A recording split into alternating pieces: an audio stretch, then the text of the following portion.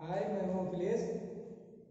पिछली क्लास में हमने कुछ क्वेश्चंस किए थे चुंबकीय क्षेत्र, कूलाम्ब लॉ पे और वैद्युत क्षेत्र पे।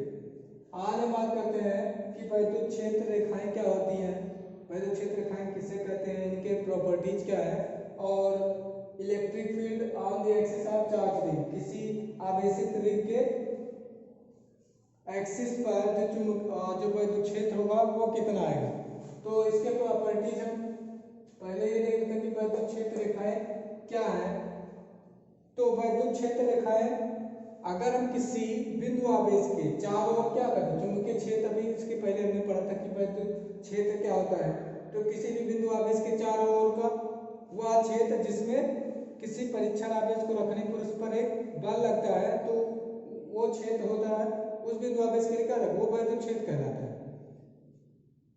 आगे चूंकि चारों ओर का वो क्षेत्र को अगर हम जैसे यहाँ पे चार्ज को ले लेते हैं पॉजिटिव, तो इसके चारों ओर क्षेत्र जो होगा, अगर ये तीर द्वारा ऐसे प्रदर्शित होता है, अगर इन तीरों को जो किसी एक पर्टिकुलर डायरेक्शन में हो, जैसे यहाँ पे अगर ऐसे दिखाया जा रहा है, किसी एक पार्टिकुलर दिशा में किसी बिंदु आवेश का किसी एक दिशा में जो खींची गई वैद्युत क्षेत्र रेखा है, ये जो तीर द्वारा दिखाया गया है, इन्हीं को अगर आपस में हम क्या कर दें, इन्हीं तीरों को आपस में अगर मिला देंगे तो यही जो होगा वो क्या कहलाता है, वैद्युत क्षेत्र रेखा कहलाता है। यही जो रेखा बनेगा यहाँ से निर्मित होगा, उसी रेखा को हम कहेंगे वैद्युत क्षेत्र।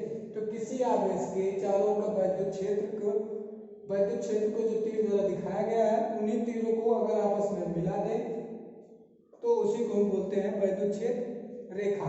इसके प्रॉपर्टीज हम पढ़ लेते हैं। तो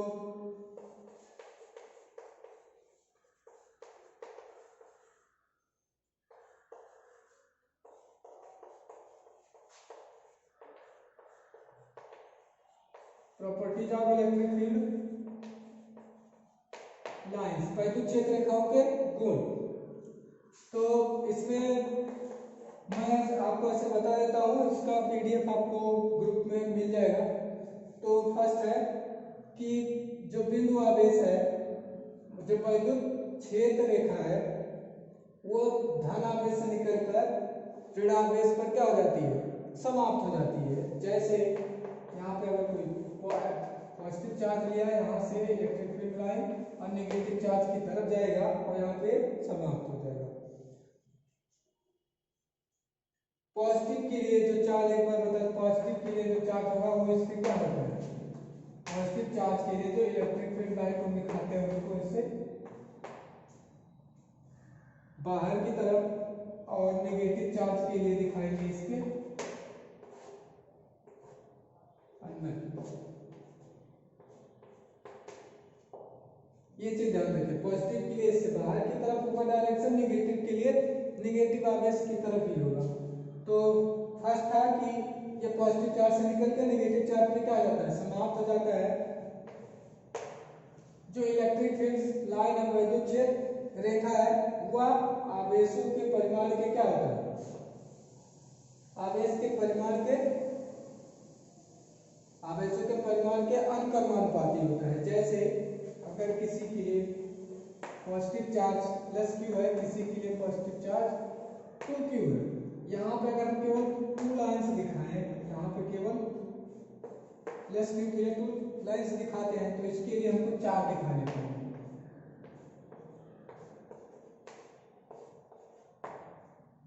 यानी जो वैद्युत क्षेत्र रेखा है वो आवेश के क्या होता है, आवेश के परिमाण के अनुक्रमानुपाती। अगर यहाँ पे -2q होता तो भी यहाँ पे लाइन से दिखाते वो 4 दिखाते। थर्ड है कि जो वैद्युत क्षेत्र रेखाएं हैं, वैद्युत क्षेत्र रेखा है, इसके किसी एक बिंदु पर खींची गई स्पर्श रेखा, इसके किसी बिंदु पर खींची गई स्पर्श रेखा उस बिंदु पर वैद्युत क्षेत्र की दिशा को क्या करता है, बताता है। जैसे यहाँ पे अगर ये वैद्युत क्षेत्र रेखा है, इसका कोई पॉइंट लेते हैं P, यहाँ पे अगर हम एक टेंजेंट ड्रा करते हैं T, तो इस पॉइंट पर यह क्या बताएगा, ये टेंजेंट की जो दिशा यहाँ पे दिखाई जा रही है, इसको क्या बताएगा, वैद्युत क्षेत्र की दिशा। आगे की ये भी है कि वैद्युत क्षेत्र रेखाएं दो वैद्युत क्षेत्र रेखाएं एक दूसरे को कभी भी प्रतिच्छेद नहीं करता, क्योंकि यदि वो कट करेगा तो उस बिंदु पर दो क्योंकि उस बिंदु पर क्या दो क्षेत्र रेखाएं प्रदर्शित हो जाएंगी, दो वैद्युत क्षेत्र की दिशा को हम क्या करें प्रदर्शित करेंगे, जो कि क्या हो जाएगा इम्पॉसिबल है। जैसे अगर यहाँ पे मान लेते हैं एक लाइन ये है, एक लाइन L2 है, तो इस पॉइंट पे जहाँ पे दोनों इंटरसेक्ट कर रहा है यहाँ पे हम 2 टेंजेंट खींच सकते हैं, एक ये T1 और इस कर्व के लिए मान लेते हैं यहाँ पे T2। तो यहाँ इस पॉइंट पर वो पॉइंट अगर P है तो दो वैद्युत क्षेत्र की दिशा को हम यहाँ पे प्रदर्शित कर देंगे, तो दो वैद्युत क्षेत्र की दिशा जो कि क्या है पॉसिबल नहीं है। नेक्स्ट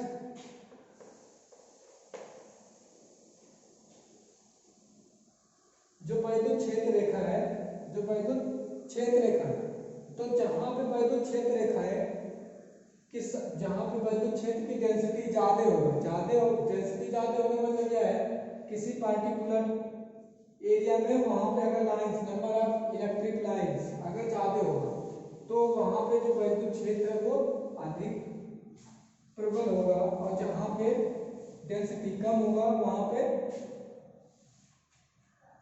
से यहाँ पे अगर ये दिखाया जाए कि यहाँ पे एक लाइन ऐसे अगर दिखाया गया है सेम ऐसे, यहाँ पे कोई पॉइंट ए ले लेते हैं, यहाँ पे बी ले लेते हैं, यहाँ पे सी ले लेते हैं, तो जहां पे लाइन ज्यादा पास पास होगा वहां पे वैद्युत क्षेत्र अधिक होगा, और जहां पे लाइन दूर दूर होगा वहां पे वैद्युत क्षेत्र कम होगा। यानी यहाँ पे ये बोल सकते हैं कि E ग्रेटर देन किसके EB के, EC भी क्या हो जाएगा ग्रेटर देन हो जाएगा EB के।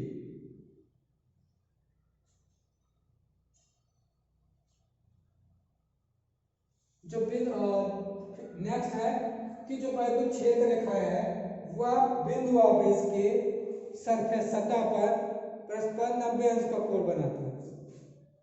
अगर यहाँ पे चार्ज इसका जो लाइंस दिखाया गया है यहाँ पे जो एंगल बनेगा वो 90 का, यहाँ पे अगर बन रहा है तो ये कितना 90 का, यहाँ पे बन रहा है तो ये कितना 90 का।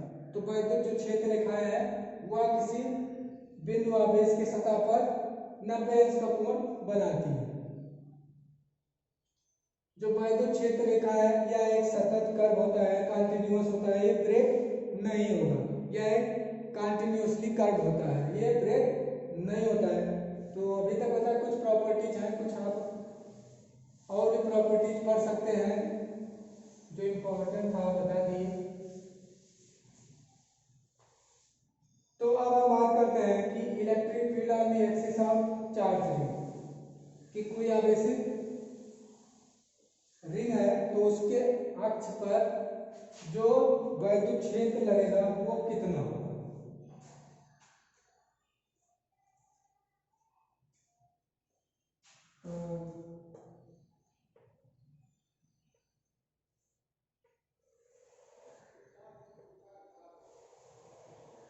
यहाँ पे मान लेते हैं कोई ये रिंग है, इसका एक सेंटर मान लेते हैं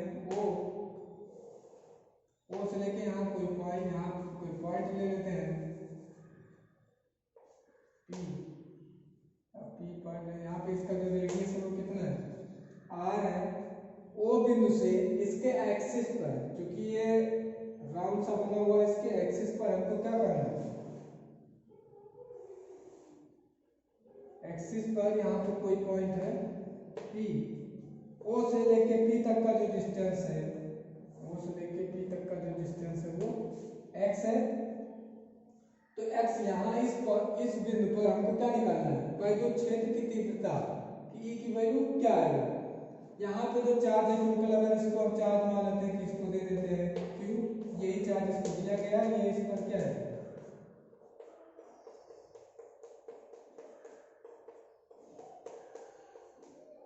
ऐसे डिस्ट्रीब्यूट हुआ है। तो एक आवेशित रिंग है जिसका रेडियस है r, इसके एक्सिस पर कोई पॉइंट है P, जहां पे हमको क्या निकालना है वैद्युत क्षेत्र की तीव्रता। तो अभी हमको क्या, अगर हम वैद्युत क्षेत्र निकालने के लिए क्या है कि जब तक आवेश जो है वो पॉइंट चार्ज के रूप में नहीं होगा तो हम उसको कैलकुलेट नहीं कर सकते।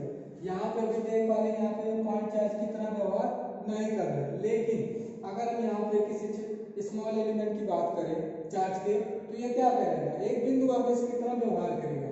तो मान लेते हैं कि यहाँ पे कि जो चार्ज यहाँ पे ले लेते हैं वो कितना है, डी क्यू। एक छोटा चार्ज लेते हैं एलिमेंट्री अवयव डी क्यू। डी क्यू अगर यहाँ पे हम इसको मिलाएंगे पॉइंट पी, जिसका दूरी है कितना, स्मॉल आर। तो अब हम यहाँ पे ये लिख सकते हैं कि इस डी क्यू का बिंदु पी पर क्या है, ये डी क्यू क्या है, बिंदु आवेश की तरह व्यवहार करेगा। आर क्या है, यहाँ से लेके इस पॉइंट तक का क्या हो जाएगा, दूरी हो जाएगा।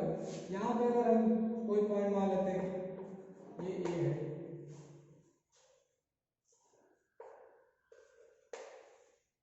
तो ए पी का जो डिस्टेंस है वो किसके है, आर के बराबर। यहाँ इसकी प्लस, क्योंकि ये पॉजिटिव चार्ज है, इसके कारण जो वैद्युत क्षेत्र रहेगा वो किधर आएगा, बाहर। इसको अगर आगे कर ले तो ये मान लेते हैं कि इससे एंगल बना रहा है थीटा। एक्सिस से अगर ये एंगल यहाँ पे मान लेते हैं किसके लिए, ई जा रहा है, तो ये जो इसके एक्सिस से कितना कोण बना है, थीटा एंगल बना है। सेम जितना चाहिए तो इसके डी जो होगा ये इसके टू कंपोनेंट्स मान सकते हैं। एक इस डायरेक्शन में आएगा कौन सा, डी cos थीटा, और एक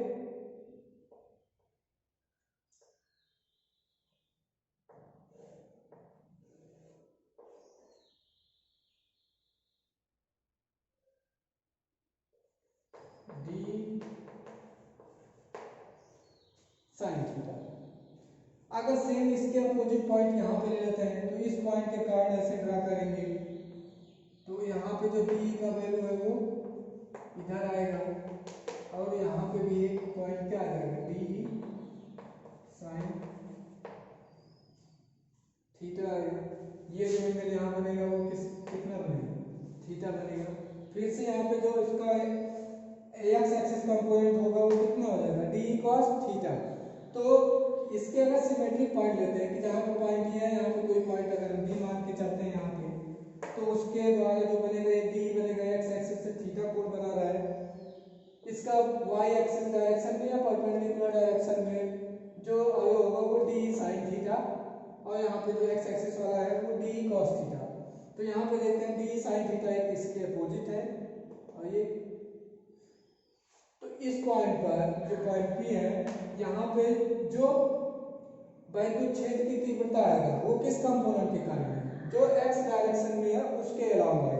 क्योंकि वाई डायरेक्शन में डी sin थीटा, ये इधर डायरेक्शन है, डी sin थीटा इसका डायरेक्शन किधर है, ऊपर, दोनों इक्वल है लेकिन क्या है, अपोजिट है। तो वाई एक्स यहाँ पे डी sin थीटा के कारण कोई भी वैद्युत क्षेत्र नहीं होगा, केवल ये x component D cos theta के कारण ही होगा।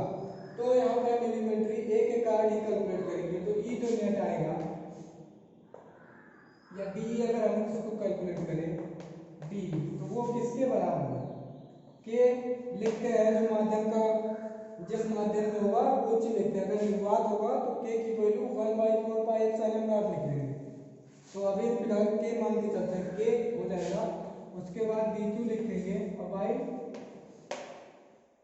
Are square. ये किसके लिए है, ये dq के कारण इस पॉइंट p पर r, क्योंकि ये dq जो का है वो बिंदु आवेश की तरह व्यवहार कर रहा है, तो इसके बिंदु r दूरी पर कोई पॉइंट p है जहाँ पे वैद्युत क्षेत्र को हमने d माना, तो d बराबर k dq by r square. जैसे पॉइंट चार्ज के लिए लिखते हैं सेम फॉर्मूला।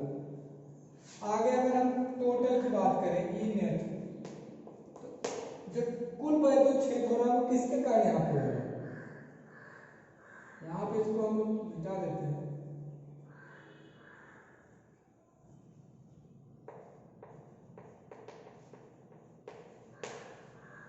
वो डी cos थीटा के कारण है। डी sin थीटा का हर एक पॉइंट पर जो बनेगा, जैसे अगर ये ऋण यहाँ पे बन रहा है, इसके एक्सिस पे यहाँ पे लेंगे तो यहाँ वाला पॉइंट यहाँ वाला पॉइंट दोनों दूसरे को क्या करेगा, एक इसके रिवर्स में होगा तो एक दूसरे को क्या करेगा, अपोजिट हो जाएगा। केवल जो बचेगा वो डी कॉस थीटा के कारण ही बचेगा, डी कॉस थीटा के कारण ही बचेगा। तो इन जो टोटल चार्ज होगा वो उसको हम क्या करेंगे, इंटीग्रेट कर देंगे किसके, डी और किसके, कॉस थीटा। अब यहाँ पे डी की वैल्यू रख देते हैं, तो डी की वैल्यू क्या लिखते हैं, k d q by r square और कॉस थीटा। अब यहाँ पे हम एक चीज इसको क्या करेंगे, के कॉस थीटा और यहाँ आर स्क्वायर, ये केवल यहाँ पे बचा डी क्यू।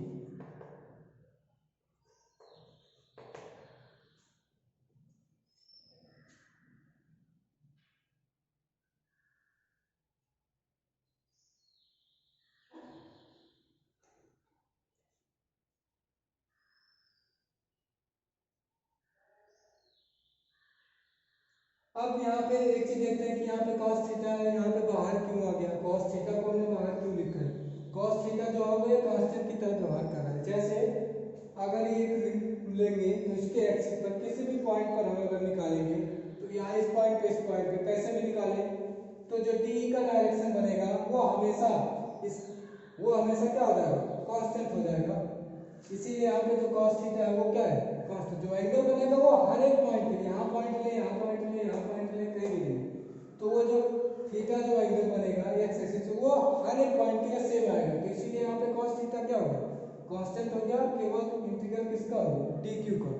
अब आगे cos थीटा को हम यहाँ पे लिख सकते हैं, cos थीटा बराबर किसके, यहाँ पे अगर ये एंगल कितना है, थीटा हो जाएगा, ये अगर थीटा तो cos थीटा बराबर किसके, ये टोटल दूरी इधर वाली है x, तो cos थीटा क्या हो जाएगा, आधार बटे कर्ण, बेस बाय हाइपोटेन्यूज, तो x बाय r, तो k into x by r लिखेंगे तो r क्यूब हो जाएगा। और इसका पूरे का dq, टोटल चार्ज कितना थे, जो dq है टोटल चार्ज कितना दिया गया है, कैपिटल Q, तो यहाँ पे टोटल चार्ज जो किसका दिया गया है, Q।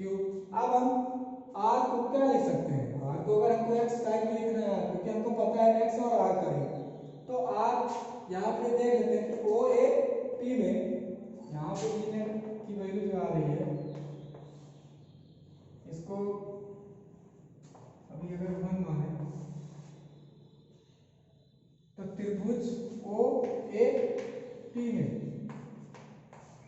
जो होगा वो आर स्क्वायर बराबर किसके है, x square plus r square. ये कैपिटल आर जो है वो रिंग का क्या है, रेडियस है, तो यहाँ पे आर की वैल्यू जो हो जाएगा वो स्क्वायर रूट किसके, एक्स स्क्वायर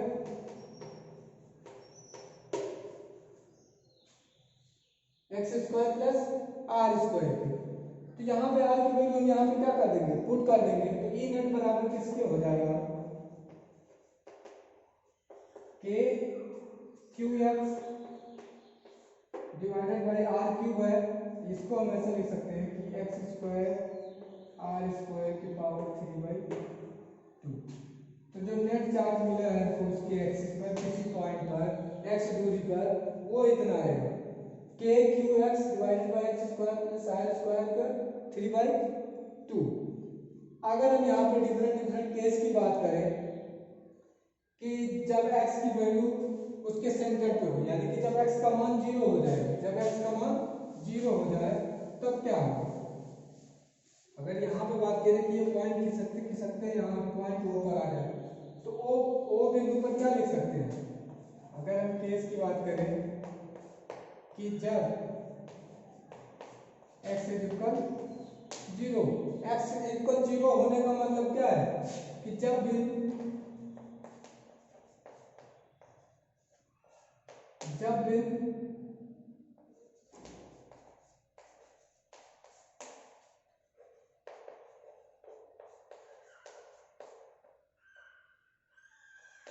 केंद्र पर हो, यानी कि वो पॉइंट हमको सेंटर पे लेना है।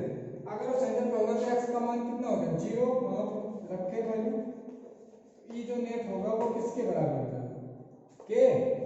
x की वैल्यू 0 करेंगे तो टोटल 0, उसके एक्सिस पर यहाँ पे सेंटर पर जो होगा वो ई की वैल्यू यहाँ पे टोटल हो जाएगी 0। अब अगर हम बात करें कि जो x दूरी है वह रेडियस से, रिंग की जो रेडियस है उससे बहुत ज्यादा है। अगर x की जो दूरी है, ये डिस्टेंस है, उसको हम बहुत दूर ले लें, किसकी अपेक्षा, जो इसका रिंग का रेडियस है उसकी अपेक्षा, तो r x की बहुत ज्यादा ले लेंगे तो यहाँ पे देखेंगे एक्स स्क्वायर जो फैक्टर होगा वो आर स्क्वायर से भी ग्रेटर हो जाएगा। तो यहाँ पे हम r की वैल्यू जो है इस एक्सप्रेशन में r की वैल्यू को क्या कर देंगे, 0 कर देंगे। जब 0 करने का मतलब क्या हो जाएगा, ये नेट जो हो जाएगा वह k क्यू एक्स, यहाँ पे एक्स स्क्वायर पे कितना बचेगा, एक्स क्यूब, एक्स ये कैंसिल, तो यहाँ पे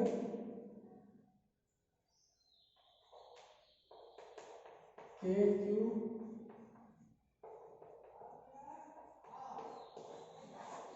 ये फार्मूला आ गया पॉइंट चार्ज के लिए, यानी कि जब x बहुत बड़ा हो जाएगा उसके रेडियस के कंपेयर में, तो वह जो इस पर जो चार्ज का डिस्ट्रीब्यूशन है q का पूरा, ये जो चार्ज का डिस्ट्रीब्यूशन है ये रिंग टोटल एक पॉइंट चार्ज की तरह व्यवहार करेगा। k q by x square, Q क्या टोटल चार्ज होगा रिंग पे, और x क्या है इसके सेंटर से लेकर उस बिंदु तक का डिस्टेंस है। तो ये कौन से फॉर्मूला, जैसे अभी इसके पहले क्या k q by r square पढ़ते थे वो पॉइंट चार्ज की तरह, सेम चीज यहाँ पे क्या हो जाएगा, ये पॉइंट चार्ज की तरह रिंग जो है वो व्यवहार करने लगेगा। तो दो केस था अभी ओवरऑल। तो आज के लिए यहीं पे क्लास खत्म करते हैं, नेक्स्ट कुछ क्वेश्चंस भी बताया जाएगा। Thank you.